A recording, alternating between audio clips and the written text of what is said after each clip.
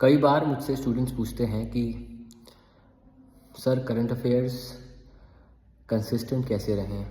कभी कभी मन नहीं करता, कभी कभी बहुत बोर लगता है। तो बेटा, मेरा आपसे बस इतना ही कहना है कि बोर अगर आपको लगता है तो आप अकेले नहीं हो। आपके साथ लाखों लोग हैं जिनको बोर लगता है। आपको ज़रूरत है या तो एक टीचर की जो आपको उसमें इंटरेस्ट जगा सके, लेकिन उससे ज़्यादा ज़रूरी है कि आपको इस बात का आइडिया हो कि अगर आपको बैंकर बनना है या कोई भी गवर्नमेंट जॉब बनना है तो वहाँ पर एक रिक्वायरमेंट है, और रिक्वायरमेंट है कि आपको एक स्मार्ट पर्सन बनना है। और एक स्मार्ट पर्सन, एक स्मार्ट व्यक्ति वो होता है जिसे आसपास क्या चल रहा है उसका आइडिया है, जिसे इस बात का इल्म है कि दुनिया में क्या चल रहा है। अगर बैंकर है तो बैंकिंग में क्या चल रही है, कौन से बैंक कैसा कर रहे हैं, एप्लीकेशन कौन सी है। बिकॉज अगर हम पीओ की बात करें या फिर let's suppose RBI grade B की बात करें तो आप एक ऑफिसर स्केल पे जाएंगे। जो क्लरिकल वाले हैं वो क्लरिकल कार्डर से शिफ्ट होकर पीओ स्केल पे जाएंगे, फिर आगे बढ़ेंगे। तो ये एक्सपेक्ट किया जाता है कि उनको कम से कम बैंकिंग का आइडिया होना चाहिए, कम से कम बैंकिंग में क्या चल रहा है आइडिया होना चाहिए। They should be flexible. ऐसे टॉपिक्स करंट अफेयर्स में जो बहुत बोरिंग है, चाहे वो साइंस एंड टेक हो, चाहे वो let's suppose banking financial awareness हो, उनको उनके बारे में आइडिया आना चाहिए। बिकॉज कई बार ऐसा एक टाइम आएगा जब आपका मन नहीं करेगा काम करने का, लेकिन चूंकि आपकी मसल मेमोरी बन चुकी होगी कि नहीं यार मुझे ये काम करना है, तो वह काम आप कर लोगे। एक और सवाल आता है कि सर करंट अफेयर्स सर कब पढ़ें। तो सबसे पहले वो बालक या बालिका जिनको करंट अफेयर्स को लेकर दिक्कत होती है, तो सबसे पहला काम सुबह उठ के वही करें। मॉर्निंग करंट अफेयर्स तो देखें, साथ ही साथ पहला जो उनका अटेम्प्ट हो कोई सब्जेक्ट रिवाइज करने का, वो करंट अफेयर्स का हो।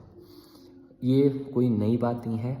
कई सारी बुक्स में, for example eat the frog में एक सवाल आया है कि व्हाट इज़ द फ्रॉग, या सबसे पहला काम क्या करें।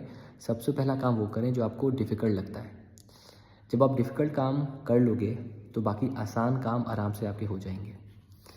एक और सवाल स्टूडेंट्स का आता है कई बार कि सर बहुत डिटेल में सवाल आ रहा है, बहुत इन डेप्थ सवाल आ रहा है, कितना करें क्या करें। तो मेरा आपसे इतना ही कहना है, जितना आप कर सकते हैं उतना करें।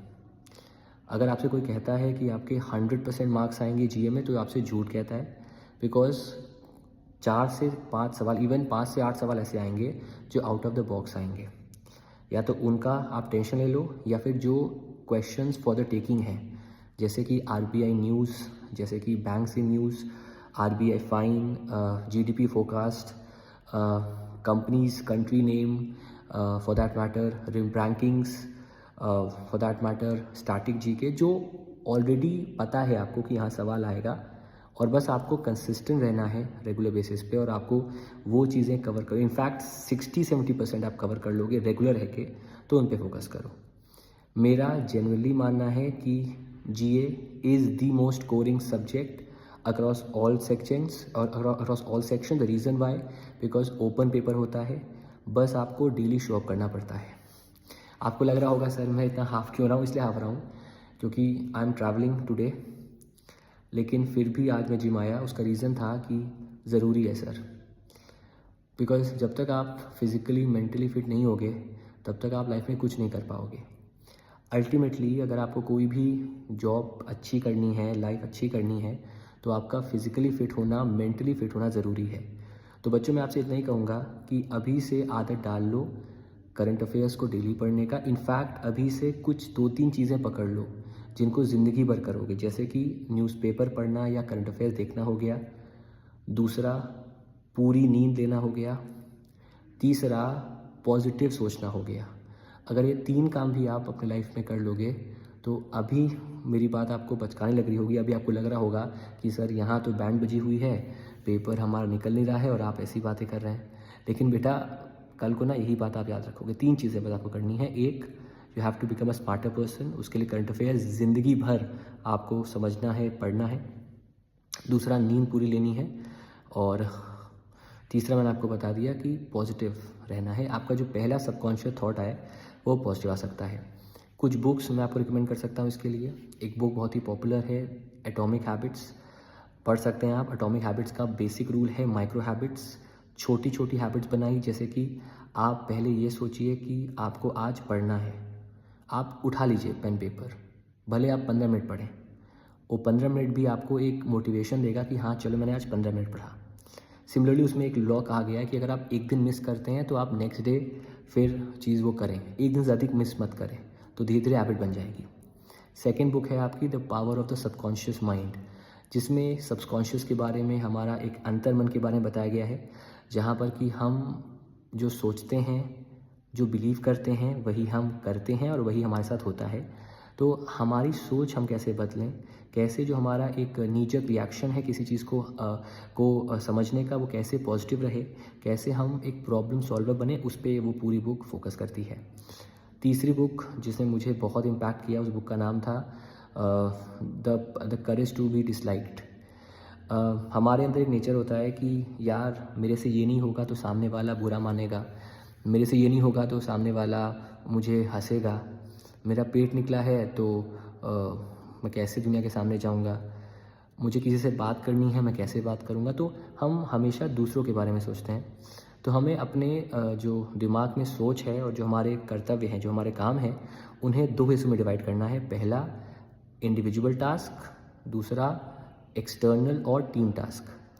आपका जो टास्क है वो ये है कि आप क्या कर सकते हो।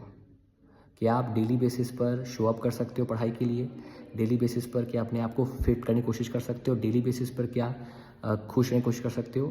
पहले वो काम करो, जहाँ ज़रूरत हो वहीं पर लोगों को इन्वॉल्व करो, लेकिन जितना हो सके अपना काम खुद करना स्टार्ट करो। अपने पे डिपेंडेंट रहो, ना तो अपने पापा पे, मम्मी पे, ना किसी और पे। तो ऐसी कुछ बुक्स हैं जो आप पढ़ सकते हो। मैं बार बार आपसे कहता हूँ कि बुक्स पढ़ने की कोई उम्र नहीं होती। अभी कई लोग मजाक उड़ाएंगे कि सर कोई भी टीचर ऐसा नहीं बताता, तो being in my 35 years of age, and मैं बार बार बोलना पसंद नहीं करता, लेकिन मैंने सारे अप्स एंड डाउन्स देखे हैं। और जब मेरा करियर भी अच्छा नहीं था, जब काफ़ी डाउन था, तो वो बुक्स थी जिन्होंने मुझे साथ दिया। वो मेरे अच्छे सच्चे दोस्त थे जो मेरे स्कूल के हैं, जिनको मैंने उस समय मेरे साथ थे जब मेरी लाइफ में बहुत ख़राब चल रही थी, उन्होंने साथ दिया।